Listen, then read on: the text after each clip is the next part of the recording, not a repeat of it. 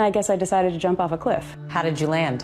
Tonight on 2020, Breaking tonight, the women who took on and took down the most powerful man in television news, Roger Ailes. He tried to kiss me 3 times. Charges of sexual harassment against him. Is this really happening to some of the most powerful women in television news? Gretchen Carlson speaking only to 2020 in her first television interview after that landmark lawsuit. After accusing former Fox News CEO Roger Ailes. And groundbreaking apology from Fox News. Look at how we react to women when they finally do come forward. They're accused of making it up. Revealing tonight how she says she was harassed by others back when she was Miss America. He took my head and he shoved my face into his crotch. The fears of speaking out. You don't want to make waves. You're going to lose your job. You're going to be that woman. But what about this woman saying she was pressured into a relationship with Roger Ailes? I got a promotion. He really let me know. I want you to show me some gratitude. As in sexual? Yes. Gratitude. He said that I needed training. You needed training? Tonight, powerful women telling their stories. I consider myself to be a pretty damn strong woman. With a message for every woman in the workplace. Why don't we say anything? Crossing the lines, women and men at work. Hello, I'm Elizabeth Vargas. And I'm David Muir, and we're coming to you tonight from right here at our offices at 2020, the kind of work cubicles familiar to so many offices around this country. But what might also be familiar, and sadly, is that 1 in 4 women nationwide say they've experienced sexual harassment at work. And at every level, from cubicles to corner offices. And tonight, the high-powered woman whose lawsuit brought down a TV giant, speaking only to 2020. Gretchen Carlson, a huge name reporting the news and then becoming the news. A media and political bombshell. It was a spellbinding summer surprise. Major change at Fox News. CEO Roger Ailes has handed in his resignation.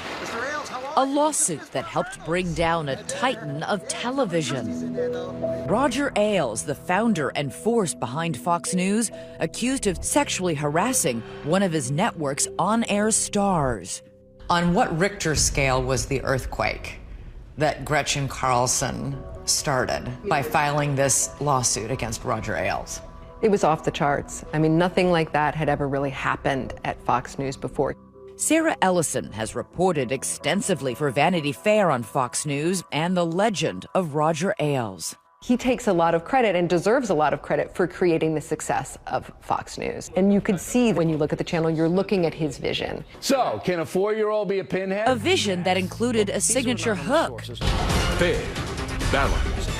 And some say a signature look, which you could spot the minute you turned it on. When I turn from NBC to CNN to Fox, you can tell a difference. The dresses are tighter, the skirts are shorter. The sort of famous leg cam, which is a camera that sort of shoots at a particular angle so that you can see that her legs are crossed and her thigh is sort of revealed.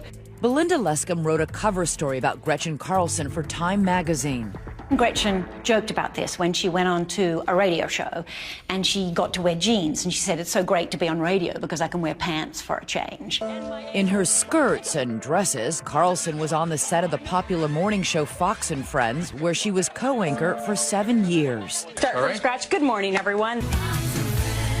In her lawsuit against Ailes, Carlson alleged that behind the sunny morning show exterior was a hostile workplace, more reminiscent of a locker room than a newsroom. You read the headlines since men are so great. She names her co-anchor, Steve Doocy, in the lawsuit. I mean, she talks about how he demeaned her. He pulled her arm to get her to be quiet in various moments. She did go to Roger Ailes to complain about the behavior of her co-host on Fox and Friends.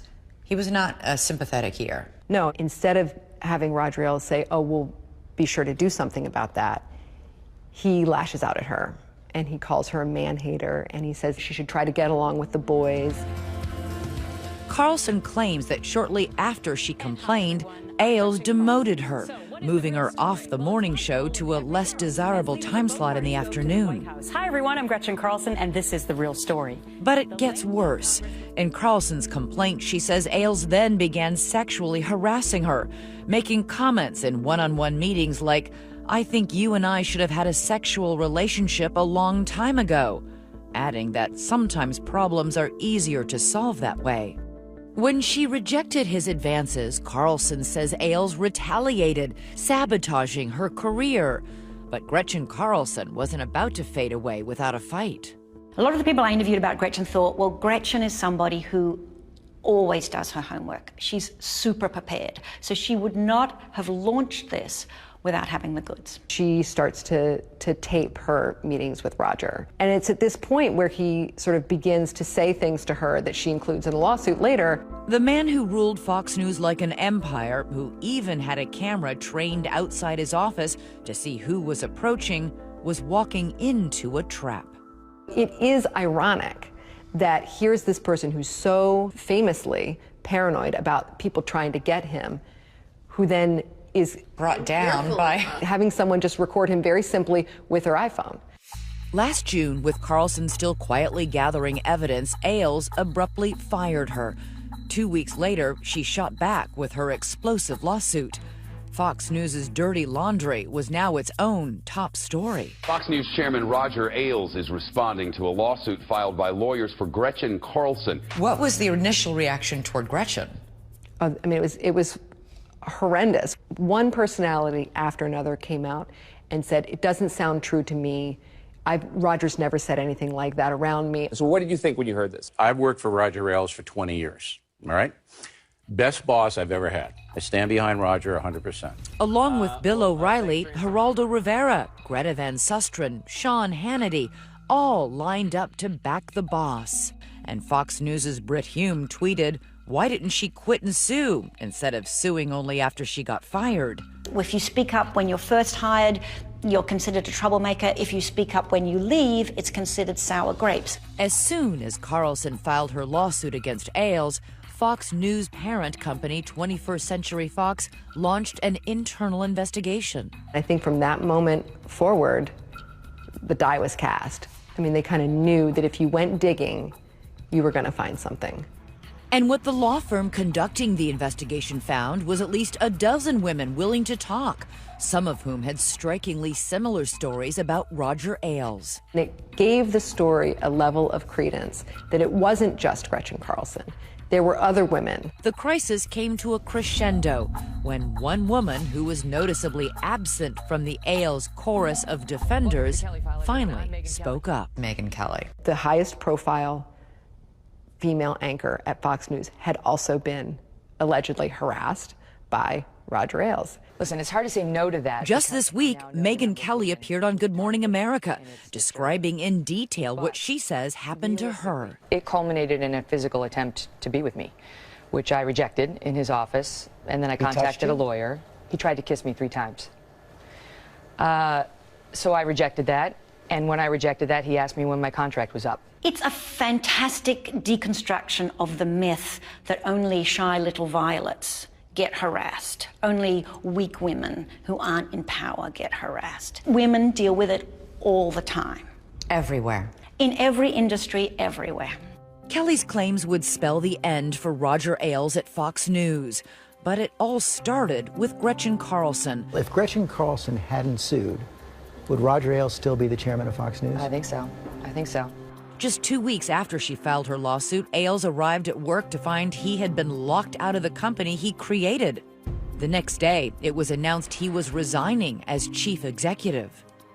In September, 21st Century Fox settled with Gretchen Carlson, agreeing to pay her a staggering $20 million and offering a rare public apology, saying, "We sincerely regret that Gretchen was not treated with the respect and dignity that she and all of our colleagues deserve." Women do not normally get an apology when something like this happens. And I think that that was extraordinarily important. Roger Ailes has vehemently denied all of the allegations of sexual assault against him. But in perhaps the truest testament to the Herculean feat Carlson accomplished, some of those familiar Fox faces who supported Ailes have now offered her an apology. I don't think it's overstating it to say that Gretchen Carlson toppled an empire. When we come back, the woman at the epicenter of what became a TV news earthquake. Gretchen Carlson speaks to Amy Robach next.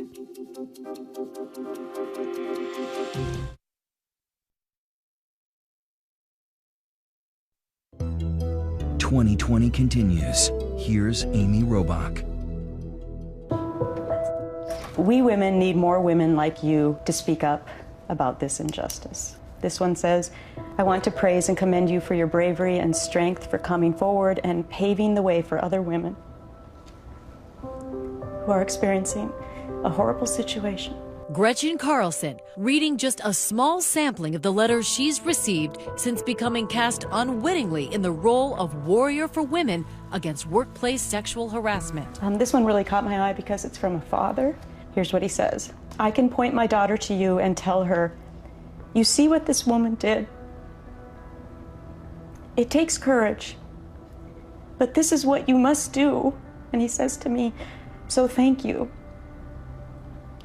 And if possible, I can only hope that the sharing of this part of your life story will encourage others to stand up and keep it real.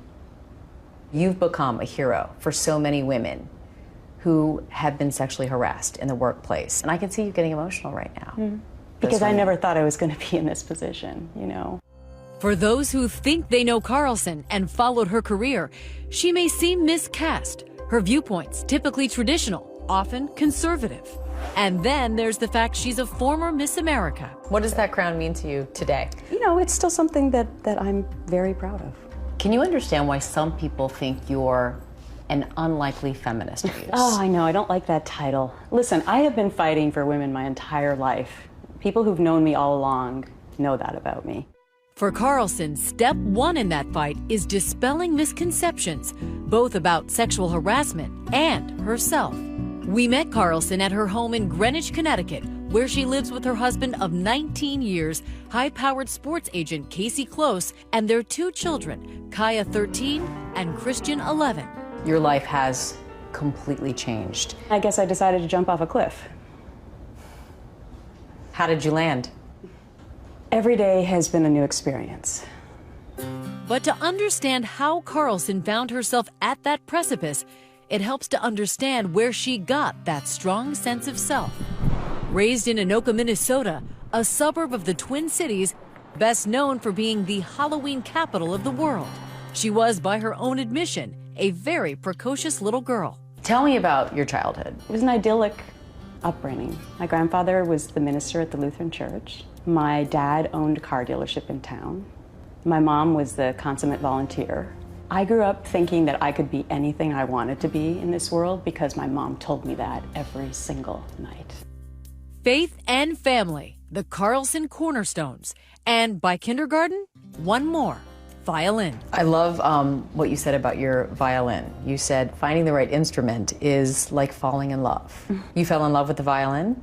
Yes, by happenstance. I wanted to play the piano. Teacher said my hands were too small.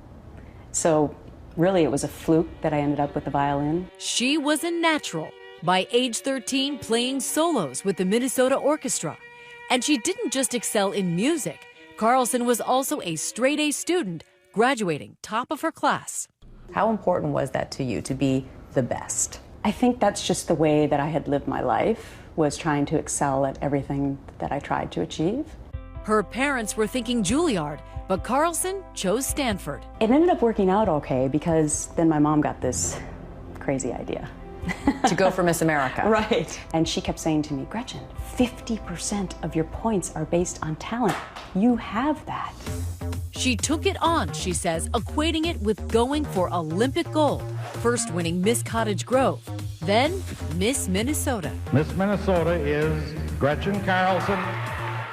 Then, in Atlantic City at 22, she wowed the crowd with her performance of Sarasat Zagunarweisen.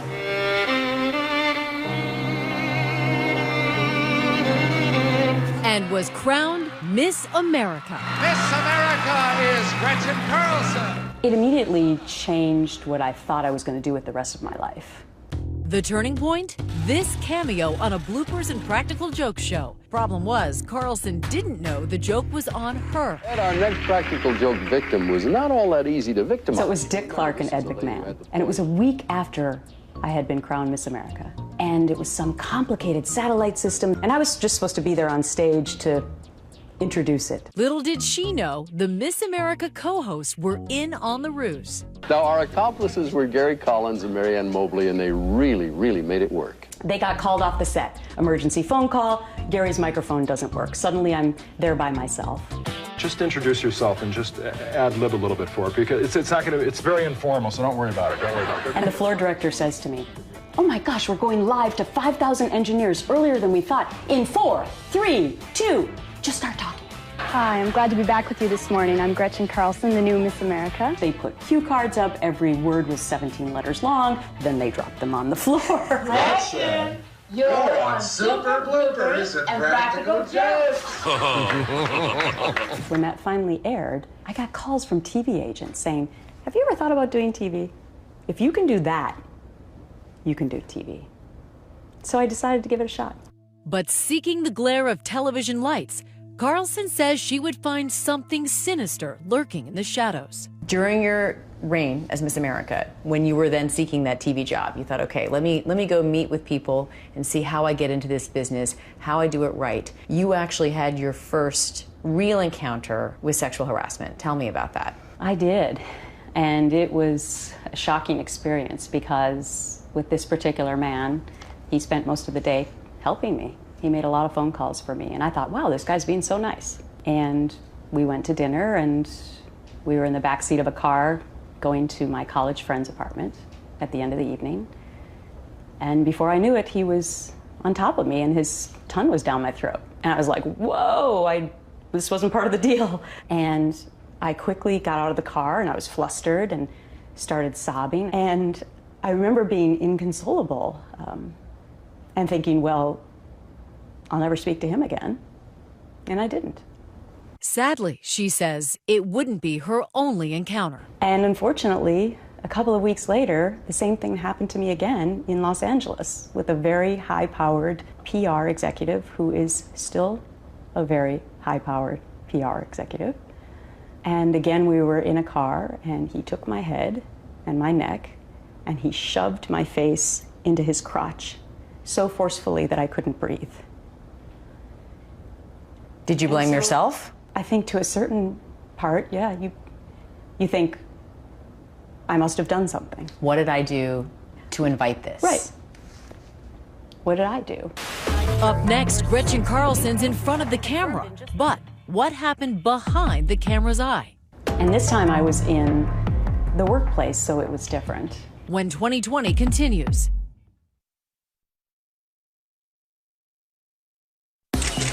Gretchen Carlson first arrived in New York in the fall of 1988, taking a victory lap as the new reigning Miss America. But she soon learned not everyone respects the crown. It was really upsetting because it was actually a female reporter who really tried to take me down at my first press conference in New York City. What is real on you and what isn't real? Everything on me is real. Your hair's that natural color? Except for a few highlights. A few highlights? Yes. Where are they? Could you show us? I don't know. They pick them out just randomly when they do it. Carlson says the brash and unabashed local news fixture, Penny Crone, apparently thought she'd found a beauty queen she could bully. She basically said, I'm here to give you a test because people say you're smart. Do you know who's on the $20 bill?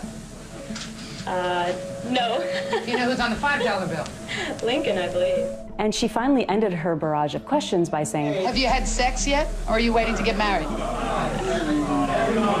No comment on that. But Crone wouldn't be the last to learn. This was no shrinking violet. It was pretty astonishing for a 22-year-old woman who had just accomplished something pretty spectacular to be faced with that kind of demeaning question. Carlson refused to be rattled, and she also refused to forget that encounter. About 10 years later, I ran into that same reporter, and I thought, should I? And I said, yes. I said, you don't remember who I am, but when I was Miss America, you tried to take me down. And I just want to let you know that I'm now a correspondent for CBS News, and you're not. And it felt fantastic. But learning to stand up for herself only came with time. Early in her TV career, Carlson says she was sexually harassed once again. I think I had only been working maybe 3 to 6 months. It was a photographer? It was a photographer, and he put the microphone under my blouse. I still remember it was a blue blouse.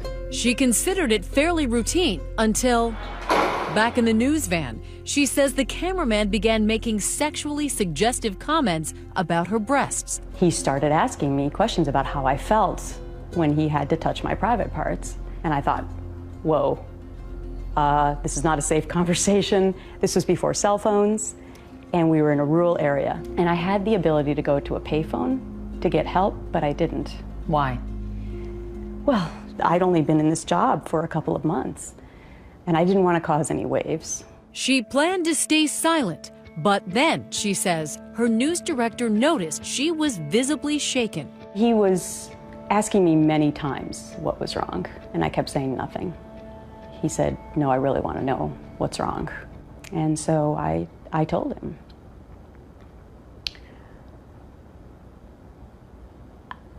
When situations like that happen to women, you fear that it's going to be your fault. You're not going to be believed. You're going to lose your job. You're going to be that woman. You're going to be that woman. You're a troublemaker, not a whistleblower. Exactly. A troublemaker.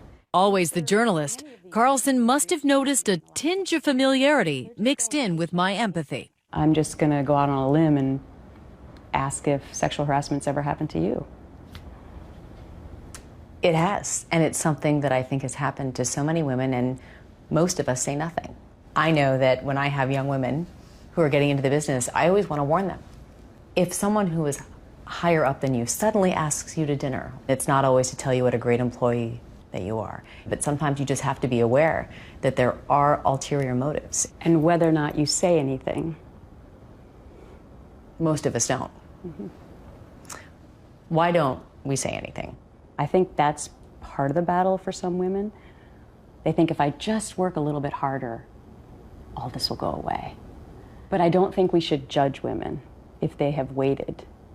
Because look at how we react to women when they finally do come forward.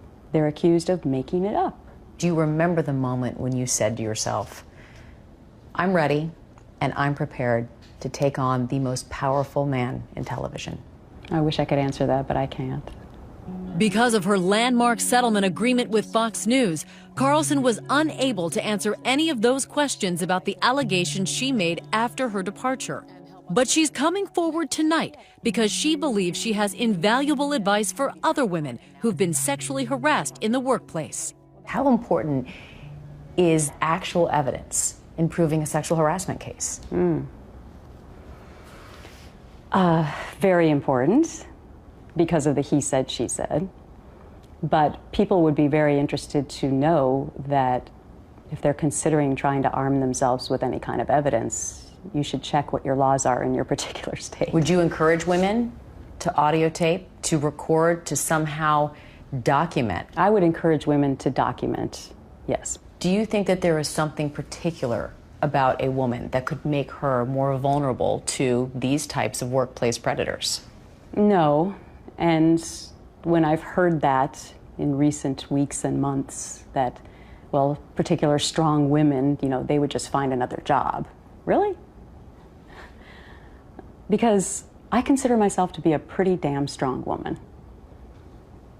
And finding another job is not a realistic way to solve this problem. Women should not have to face this in the workplace, period. You and I are fortunate. We have means. So a lot of people who are dealing with sexual harassment say, what am I supposed to do? I can't afford to lose this job. What do you say to those women? I say that we as a country have to come up with a solution for every single one of them. And that's what I hope to at least start the discussion on. For starters, Carlson's planning to testify before Congress against what she calls forced arbitration, the fine print in some employees' contracts that prevents them from taking harassment claims into public court. What it technically means is that if this happens to you at work, nobody will ever know about it. Carlson's also starting a foundation to help empower women. Do you feel like you've won? I can't answer specifically about whether or not I won in that specific case, but boy, I hope I've helped other women to win. You just heard the story of someone who said she rejected sexual advances in the workplace. But when we come back, a woman formerly at Fox News who says she felt like she didn't dare reject them. And for the first time on camera, she's taking a huge risk right here tonight, defying her non-disclosure agreement to speak out. You just saw a powerful woman who was the face of the news, but now someone who was behind the scenes at Fox, saying she was pressured into a sexual relationship with Roger Ailes. But while she was getting promotions, she said she was also paying a price. Lori Loon worked for Roger Ailes for more than 2 decades, and she says for much of that time she was harassed, intimidated, and pressured into performing sexual favors. Lori's story first exploded onto the pages of New York Magazine, and now she's sharing it exclusively with us. Tell me, first of all, why you've decided to speak out. Elizabeth, I think that I went through such hell for so many years. I finally felt safe when I saw that other women were speaking up. Lori says she was a naive 28-year-old when she first met Roger Ailes while working in a low-level job on George H.W. Bush's first presidential campaign. I wanted to meet him. I wanted to work for him. I was so excited. I introduced myself to him on the elevator, and then I think later on he ran into me in the hall and was super friendly and had acted like he'd remembered me, and I was flattered. After the campaign ended, Lori says she was financially strapped and desperate for a job when Ailes invited her for an interview with his firm. At the meeting, she says he asked her questions that felt more personal than professional. I think that he wanted to gauge what kind of a person I was, if I was insecure, if I was looking for a daddy figure. He was sussing out your vulnerabilities? Absolutely. And I was real insecure, and I was in need of a job, which is why I was there. Lori says Ailes offered her work doing research, but it soon became clear that he was interested in more than just her work. One night, Ailes was in Washington, D.C., working with President Bush on a primetime speech he was delivering that night. Lori says Ailes asked her to watch it on television and then come to his hotel room to share her feedback. And what did he tell you at that point? He said that I needed training. You needed training? I needed training. And what did you think that meant? I didn't know. I was about to find out. Lori says Ailes told her to strip down to her lingerie and dance for him. Feeling intimidated and worried for her job, she says she did as she was told. Then what did he do? He would have me get down on my knees and tell me, you know what you are, Laura. You're my whore. You're my sex slave. You're going to do whatever I tell you to do at any time. Do you understand that? Lori says Ailes then instructed her to perform oral sex. I didn't question it, and that was his big thing. Just don't ever question anything I ever asked you to do, Laurie. Did you try to refuse? It was too late. The minute it happened, I knew that I'd been blackmailed because he did take photographs of me. And he would say, this is just my little insurance policy, and I'm just going to put it in a safe deposit box just to make sure you stay loyal to me. According to Lori, that bizarre night was no aberrant incident. It would become a pattern that continued off and on for more than 20 years. He'd say, I think you need some training. I think you're slipping up. Or you haven't had your training lately. When Ailes launched Fox News in 1996, Lori went along.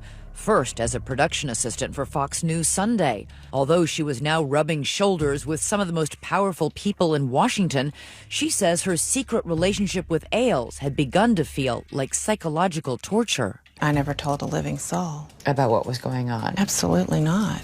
He reinforced with me how great he was. And he'd say, I'm your only friend. I'm the only person in the world that you can trust. You can't trust anyone else. So you say that enough times to someone, and it's reality. Lori says her silence and loyalty were rewarded with higher paid positions, eventually being named the director of booking at Fox News with a 6-figure annual salary. But it all came at a price. I got a promotion, a big promotion. Afterwards, I went in to see Roger. He said, so, see? I told you I'd take care of you someday. He really let me know. I want you to show me some gratitude. As in sexual? Yes. Gratitude? Yes. It's unbelievable that it would be that overt. That, okay, you finally got this big promotion. I told you I'd take care of you. Now go strip down. And I was so excited. And then the next words were, go over to the DoubleTree and thank me. I kept on thinking it would end. You know, maybe he'd stop. And I actually didn't think that it would go on at Fox, but it did continue. You know, people hearing this will say, why on earth would you go along with this? It's not like I was able to go and cry on the shoulder of some friend. I was completely isolated. I was isolated in the workplace. What did you think would happen to you if you complained or tried to refuse? Have you ever seen Roger Ailes when he's unhappy? No, I haven't. Yeah, it's not a good sight to see. It's pretty scary. Lori says her life began to unravel in 2007 when she was demoted at Fox News because of talk in the company about her relationship with Ailes.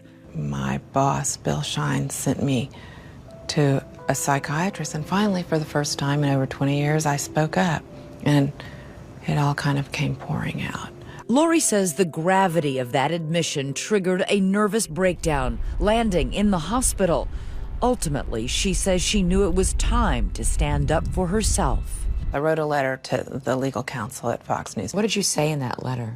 Well, I just said that I'd been harassed the whole time I'd been at Fox and that I'd done my job, and I received no response. So it really wasn't until I had hired a lawyer. Within weeks of hiring that lawyer and without filing a lawsuit, Lori received a separation agreement worth more than $3 million. In 2011, after 2 decades of being under Ailes' control, she says she was free. ABC News reached out to Roger Ailes. He sent us this statement, which reads in part, "Miss Loon is someone I once regarded as a friend and a person who I helped for many years. The stories she is telling now are fabrications built on half-truths and outright lies." So then why did Fox pay you more than $3 million? Because he knew that it was the truth. I wasn't lying. Lori says she was stunned by Gretchen Carlson's lawsuit and all the allegations that followed. I didn't realize the extent to which Roger really was a predator. Even after all she's been through, Lori admits her feelings toward Roger Ailes today remain complicated. In fact, in the summer of 2015, 4 years after cutting off contact with Ailes, she wrote him a letter. Why would you write him again? Last year, asking for help finding a job. In about 1990, Roger got a hold of my brain and sort of let me know that he's the only one who would ever believe in me. And I think that maybe the little girl looking for the daddy figure is still saying, "Roger, look at me, can you believe in me?" And it's very sad. Do you think it undermines your credibility? I don't know. I don't really care. I know what happened to me. So if your boss was harassing you, would you know what to do? Let us know on Facebook and Twitter. Use the hashtag ABC2020. And you might be wondering at home, how does human resources really fit into all this? Are they really there to help you? You may be stunned when you hear from one expert when we come back. Wow, look at you, you're beautiful. The Wolf of Wall Street showcased rampant harassment in the seven-figure world of finance. Sexual harassment is not just something that happens in, guy-dominated industries. Women deal with it all the time. Everywhere. In every industry, everywhere. Even the diner down the street. Waitress Lauren Jones says she learned that the hard way. She went to the restaurant manager after her supervisor grabbed her while she was working. Out of nowhere, I felt a firm grab on my behind, a feeling that I knew couldn't have been a mistake. And I asked him, "What the hell are you doing?" Lauren says she didn't want to sue, she just wanted him to stop. She was relieved when the restaurant owner and his HR rep called her into a meeting, but her husband Marvin was suspicious. I told her, when you go in there, you need to take your phone and you need to record it because it's not going to go well for you. So Lauren hit record on her phone and headed in. The problem is, you've been with us less than a month. I agree. He's been with us 15 years. I agree. And has never had anybody ever accuse him of that. I agree. Because he's never done it. Okay. So that's our position right now. The managers mentioned mistakes she made in training. They warn her that false trial testimony could land her in jail. Lauren starts to break down. This is really how you're going to treat me right now? Yes, ma'am. I don't want your money. I don't want nothing from you. All I want to do is keep my job and be happy like I have been. The best thing for us is I don't want nothing. A job somewhere else. Okay, and I will see you in court. Have a good day. So am I fired? I need to know right now. I'm not quitting. We don't want you to quit. We're terminating you right now. Glad to have You're that. Terminated. Have a good day. She went to the EEOC. It couldn't judge whether her claim was legitimate, but it did clear her to sue. She hasn't brought a suit. She can't afford it. The restaurant chain insists it only fired her for her performance problems.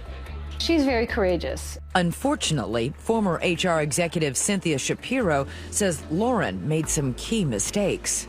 She told them that she didn't want to sue. Don't share that. Don't give away your leverage. Don't go on one isolated incident. She warns rushing to HR right away may not always be the answer. We walk into HR, they're usually a sympathetic presence. They're very easy to talk to, and they're the ones in charge of benefits and barbecues and all those nice things. And they'll say, oh, that's terrible. Okay, we're going to take your whole statement. But you're not giving a statement to someone who really has your best interest at heart. HR is being paid by the company. Yes. And they're paid to protect the company. Above all else. Unless you feel you're in danger, you need at least 3 incidents, Shapiro says. Protect yourself by documenting everything.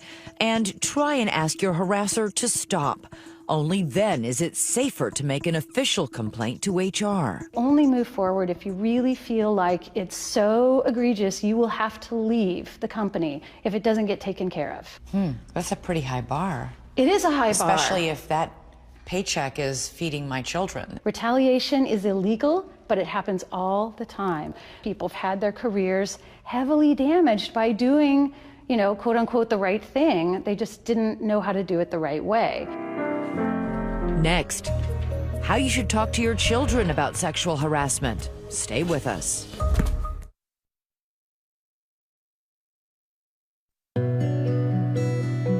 Gretchen Carlson used to be an early riser. Now she's up late at night thinking about her kids and yours.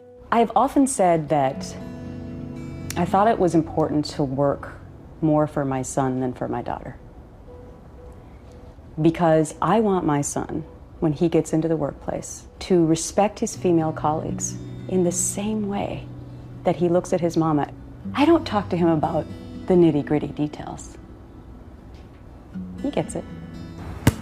11-year-old Christian has inherited his dad's love of sports, while 13-year-old Kaya has apparently taken on mom's musicianship. What have you told her about the challenges she may face as a woman in the workplace? Right. I'm not talking to her about anything negative right now. I'm building her up. That's my goal.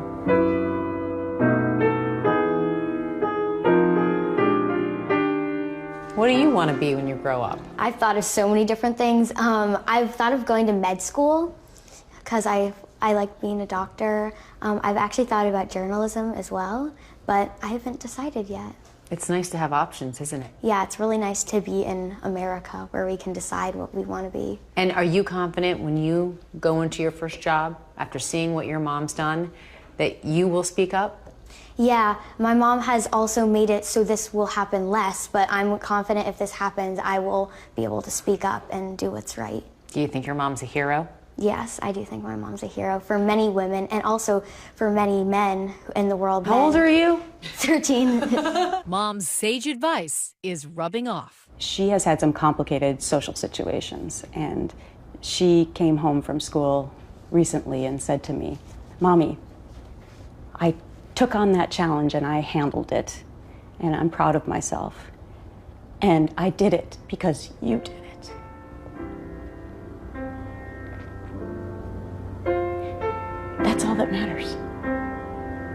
And if the only thing I accomplished was that my children would be proud of me, that would have been enough. Gretchen's daughter there, learning from her mother. For valuable information from an HR expert on what she says you should know before making a sexual harassment complaint, go to our website at abcnews.com. I'm Elizabeth Vargas. And I'm David Muir. Thanks so much for watching, and from all of us here at 2020 and ABC News, good night and have a great weekend.